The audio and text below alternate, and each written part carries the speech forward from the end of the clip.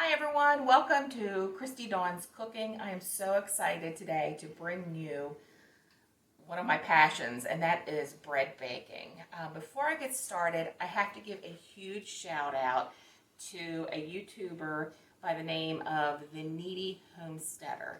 If you do not subscribe to her, please do that. Your life will be so blessed.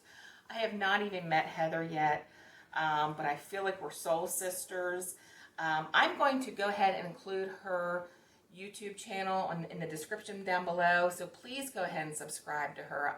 I tell you, your life will be changed forever. She is the most incredible teacher when it comes to canning and bread baking and cooking. I have learned so much from her. With that being said, this is one of her recipes, and it's the first time that I've made this using pesto. I did make it with cinnamon, and that is the picture that's on my banner when you see the Christy Dawn's Cooking. That is the picture that you see is the cinnamon twist bread. I will make that eventually for you guys to show. But today we're going to be working on the pesto twist bread with the homemade pesto that I just made from the basil from my parents' house. So I'm going to share with you what we need for this recipe. So you will need some olive oil, bread flour, or all-purpose flour, doesn't matter, dry milk, dry powdered milk, yeast, Italian seasoning, butter, sugar, salt, and warm water. So I'm going to go ahead and get everything set up, and we'll be back and we'll get started. Okay, we went ahead and changed the camera because I want you guys to see inside what it's supposed to look like. Now, I learned from Heather, from the Needy Homesteader, that yeast is very, very finicky. And obviously that's what we're going to be using today for the bread. And it likes to be, the ingredients have to be placed in the bowl in a specific order to kind of protect the yeast. So what I'm going to start with, I'm going to go back, I have my tap water running right now. I need some warm water. So let me go get that real quick. Be right back.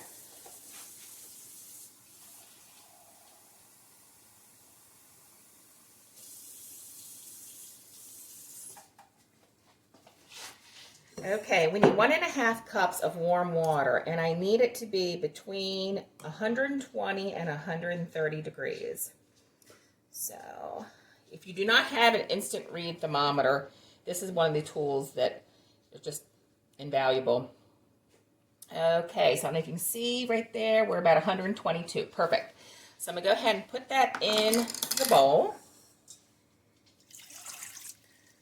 along with 2 teaspoons of yeast. Now, I keep my yeast, per Heather's suggestion, in a mason jar with a lid in my freezer. This keeps it nice and cool and fresh. So we need 2 teaspoons of active dry yeast. And this is the instant. So we don't have to wait a whole long time for it to prove. Then for the yeast, it likes something to eat. So we need to give it some sugar. We're going to give it 2 tablespoons of sugar. And you're going to see it start to develop very quickly. There's 1.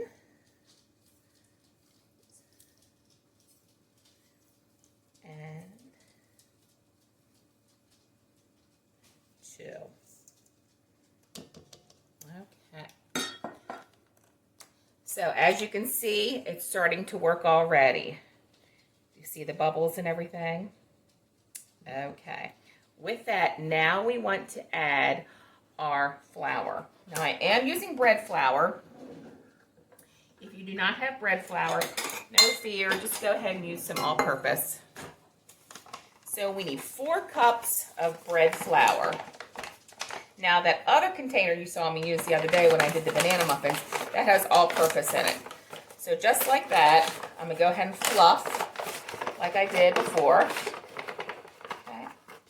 Shake it so just about even. So there's 1.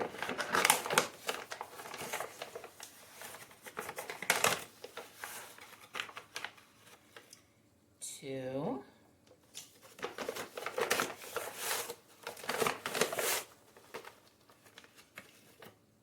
3,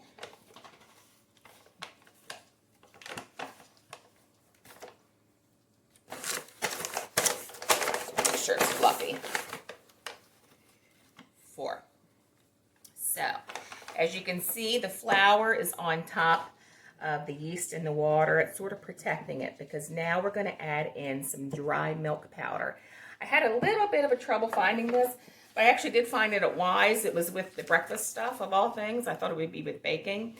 So we use dry milk powder instead of milk because the yeast does not react well to the milk, to some of the enzymes. So we need 2 tablespoons. Just going to put that right on top of the flour.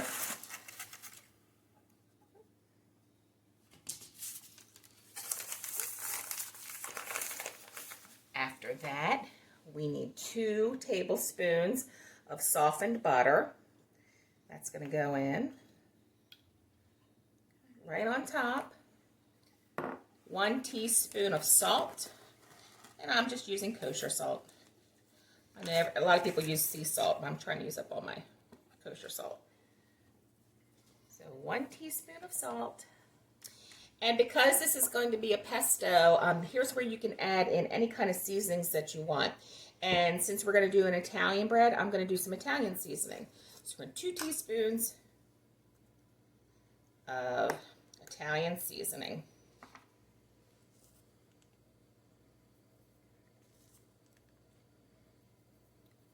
Right on top. And there you go. I'm going to go ahead and get my mixer set up, so we'll come back right when we start that. Okay, so I went ahead and set up the bowl with all the ingredients in my KitchenAid, and I went ahead and attached the dough hook. This is one of those fun times when you get to use your dough hook. Sorry, not toe hook, your dough hook. So, this actually, I'm also thinking of 2 of my good friends who just bought KitchenAid mixers, Zori and Amy. I'm so excited for you both. I know you're going to have so much fun. So anyway, this recipe and this video is for the 2 of you. So I'm going to go ahead and get this going. I'm going to lock it in place. I'm going to turn it on stir. Okay. And this is going to take a little bit of time, and that's fine. You want it to. Per KitchenAid and the Needy Homesteader, you never want to turn your KitchenAid higher than a 2 when it comes to making breads. So if it's too high, whoa, you're going to overdevelop that gluten and you're going to get a very, very, very tough bread. So we're going to go ahead and let this go. Like I said, it takes a few minutes. It's going to all combine together. And what we're looking for is a ball dough, or dough ball I should say, that's completely together, not in pieces, and we want to start to see the sides of the bowl come clean. So that's what we're looking for. Now, I have always had to add more flour. Flour is so finicky. So many things determine how much flour you need when it comes to a bread recipe. Your humidity, your temperatures in your home, so many different things. But this is looking good. I don't know if you can see in there.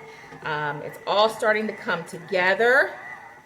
And really what we're looking for is a nice, clean bottom of the bowl. When we see that all of the dough has come up, and it's in one ball, and there's nothing on the bottom, and this looks so good. This is so rare. Usually I have to add more flour. But can you see? I hope you can see it on the bottom, that there is no dough at the bottom.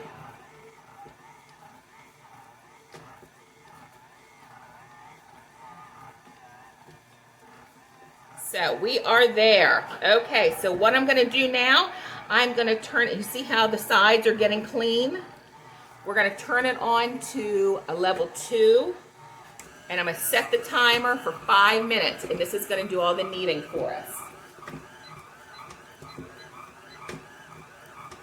I'm going to keep an eye on it. If I start to see dough on the bottom, I'm going to add some more flour, but this looks spectacular.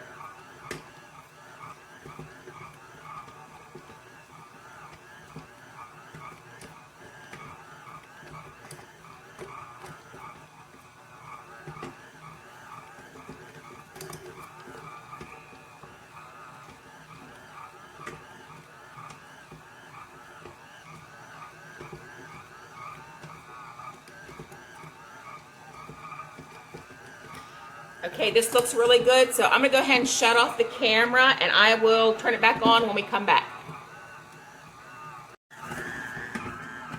Okay, we just have a few seconds left. As you can see, the bowl is absolutely beautifully clean. We just have a couple seconds, and when my timer goes off, we're going to go ahead and I'll show you what we do next.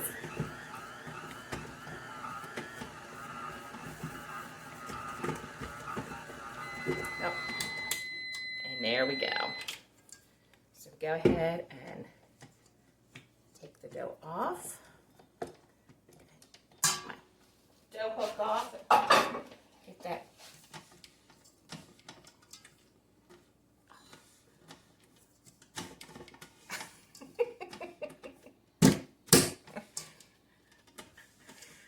Oh my goodness, there we go. Sheesh. All right. So we're going to go ahead and get the dough out of the bowl. I'm going to go ahead and just knead it a little bit. Feels so good. Knead it into a ball. Okay. Go ahead and bring it up, pinch it all together. Okay. Go ahead. Beautiful that is. Can you see it? All the herbs from the Italian seasoning. Gorgeous. So now what I'm going to do is I'm going to coat the bowl with a little bit of olive oil. Get it in there. I'm going to plop the dough, spin it around, turn it over so it's all coated with olive oil. Now I'm going to take a nice clean towel. I'm going to put some hot water on it, and we're going to drape it over top of it. I'll be right back.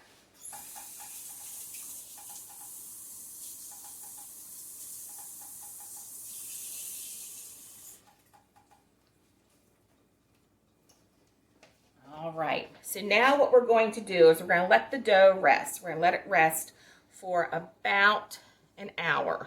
Okay. Drape it with a nice hot towel.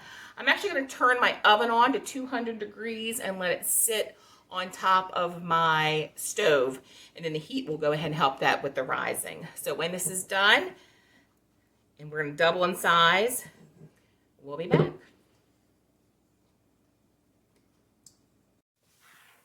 Okay, it's been an hour, so I'm going to go ahead and show you what the dough looks like. It has definitely doubled in size. So with very, very clean hands that I have, I'm going to go ahead and push it down. Deflate the dough. Pull it out. Go ahead. Oh, I'm going to take my rings off. Let me take my rings off. Okay, go ahead and push it out. Make sure it's all deflated. It still feels warm. Okay, I'm going to try and get it out into a rectangle.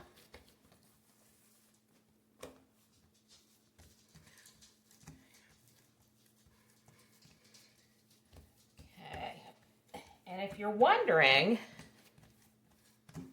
how big you should make it, what you should do is you should make it a little bit larger than your pan. And what I'm using today, I'm going to use my Pullman pan. And what this is a special pan for bread baking. And I will show this in another video. You actually can put a lid on top of it and for sandwich bread. I cannot remember the last time I actually bought bread. I've been making our own bread for a while. So this is non-stick, but just to be on the safe side, I'm going to go ahead and I'm just going to put a little bit of melted butter in here. And I'm using this because by accident, for our softened butter for our recipe, I actually melted the butter. But that's okay.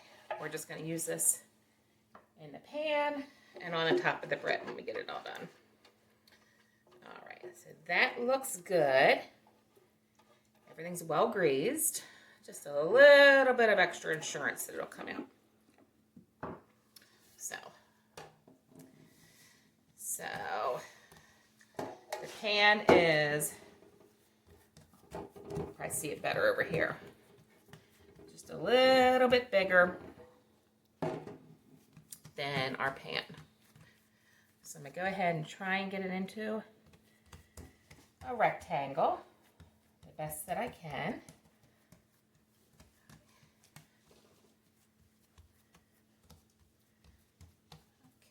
Okay.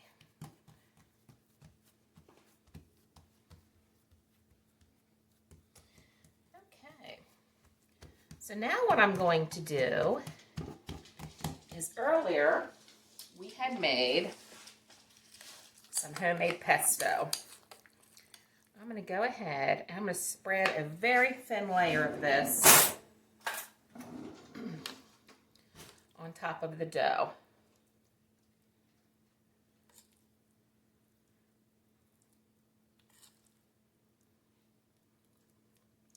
I'm going to leave about an inch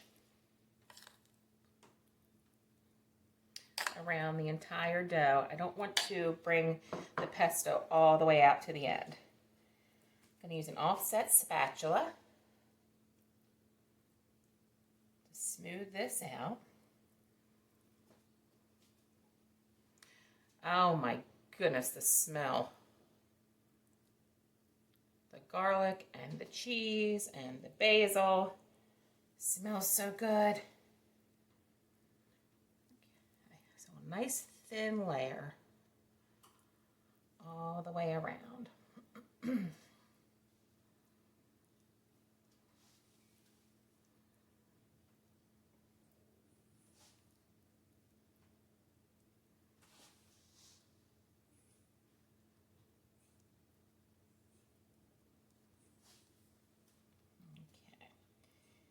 That looks good. It doesn't look too wet. A little concerned that it might be a little bit too wet, but I think that looks really, really good. I'm just going to put a little bit more on here. So it looks nice and even.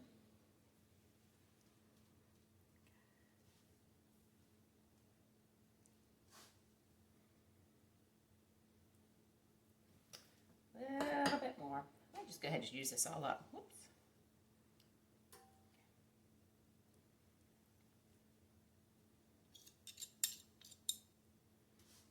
Yeah, just go ahead and use this up. I can spread this around.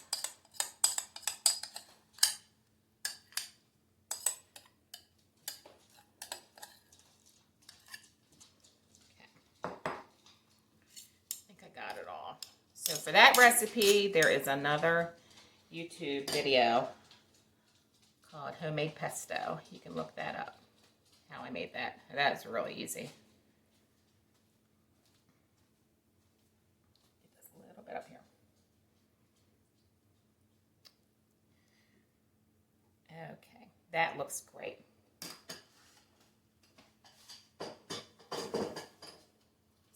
Here comes the fun part. What I'm going to do now, I'm going to roll this up tightly, going away from me.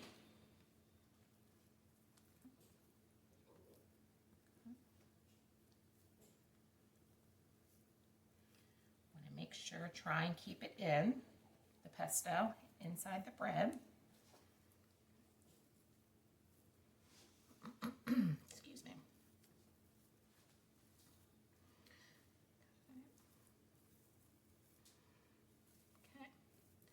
When I get all the way, I'm going to pull it toward me a little bit. You can see a little bit better.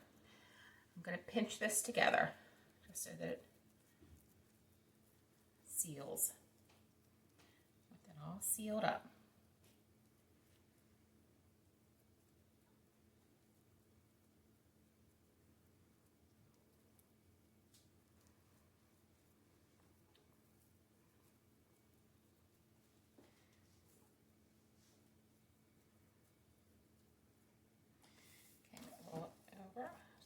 roll. Just make sure it's sealed. Now, what the Needy Homesteader showed me how to do, I think you can see this. You're gonna go ahead and you take the dough, you're gonna push it in, tuck it in, and then grab a little piece and pull it up. See how I did that? And just pinch it. Okay. Here, I'll do the side and see it. Push it, tuck it in. Okay. Pull some up, dough up and over, and pinch. That gives you a really nice, smooth end. All right. So this looks good. Make sure that's sealed. Sometimes it takes a little doing because of the olive oil, but it'll seal. Just keep working with it. Okay. So now I'm gonna move it like this. You can see better. Here comes the fun twist part. It may get a little messy. Okay, looks good. All right. So now what I'm going to do, I'm going to take my dough scraper and I'm going to cut down right through the middle of the log. Completely through. And it's going to get a little messy because of the pesto, but that's okay. Okay, make sure it's completely through. Okay, looks good. Okay, I'm going to turn it a little bit so you can see it. Now, what I'm going to do, I'm going to take one end and I'm going to pinch it on top. Okay? So the one that's on the bottom, that's the one that's going to come up top, up and over. See? Now I'm going to do the same with this one. Up and over. See what's going on here? Up and over. And then I'm going to pinch at the bottom. Like I said, it gets messy because of but can you see the twist? So let me wipe this up real quick so I don't get pesto all over my pan. Okay. So now I'm going to very carefully pick up my dough and plop it in. Oh, and there my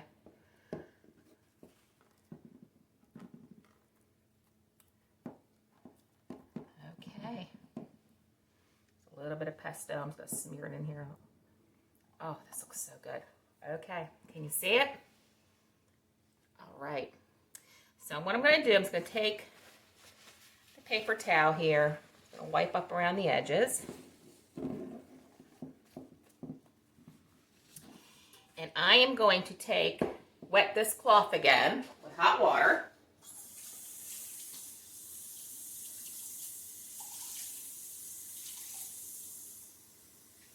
And we're going to do a second rise with this. But this time it's only 30 minutes.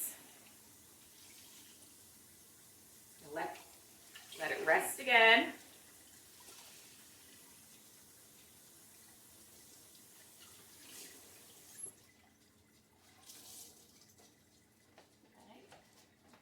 Let this rise again for 30 minutes.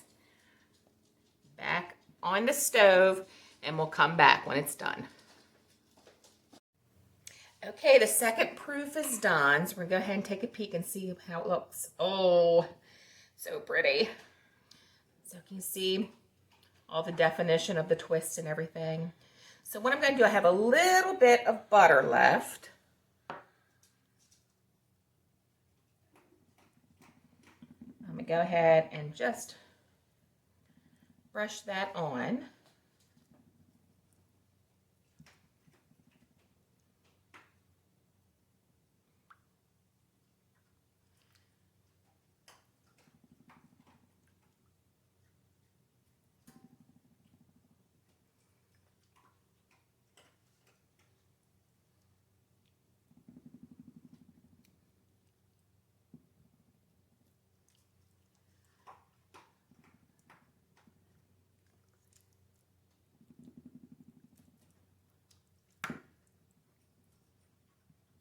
looks good. I'm just going to sprinkle just a little bit of Parmesan cheese on top, just to make it look a little bit prettier. Okay, I think this looks great. So this is going to go now into the oven at 400 degrees for about 30 to 35 minutes. Okay, so we just pulled this out of the oven, and it was, remember again, it was 400 degrees for 30 minutes. So I let it rest for a few minutes. I'm going to go ahead and turn it out. Just make sure that it's still really a little warm here. Whew. Go ahead and pull it out. Oh, it looks so good.